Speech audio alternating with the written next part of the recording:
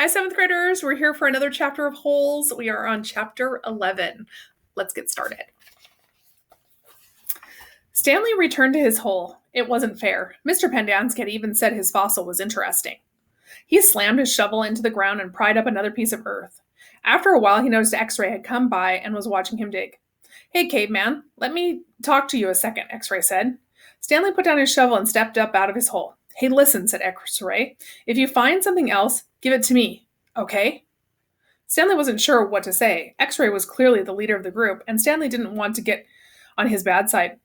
You're new here, right? Said X-Ray. I've been here for almost a year. I've never found anything. You know, my eyesight's not so good. No one knows this, but you know why my name's X-Ray? Stanley shrugged one shoulder.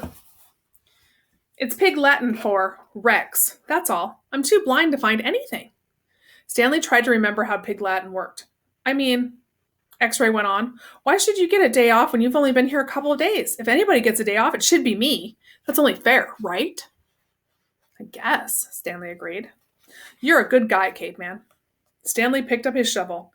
The more he thought about it, the more he was glad that he agreed to let X-Ray have anything he might find.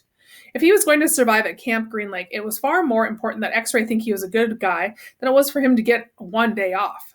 Besides, he didn't expect to find anything. There probably wasn't anything of interest out there, and even if there was, he'd never been what you would call lucky. He slammed his blade into the ground, then dumped out another shovelful of dirt. It was a little surprising, he thought, that X-Ray was the leader of the group, since he obviously wasn't the biggest or the toughest. In fact, except for Zero, X-Ray was the smallest.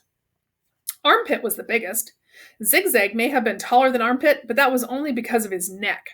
Yet Armpit and all the others seemed to be willing to do whatever X-Ray asked of them.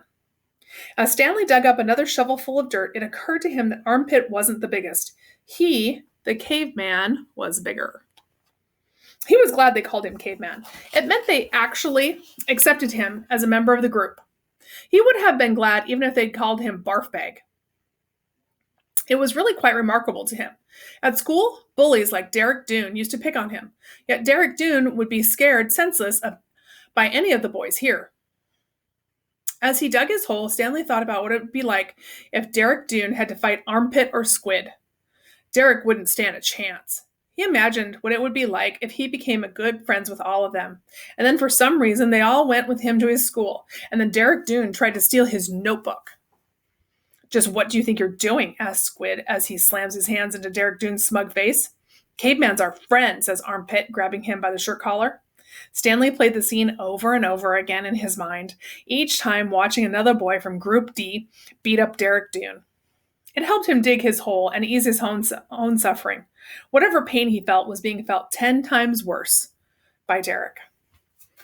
End of chapter 11. That was pages, I keep forgetting to say that.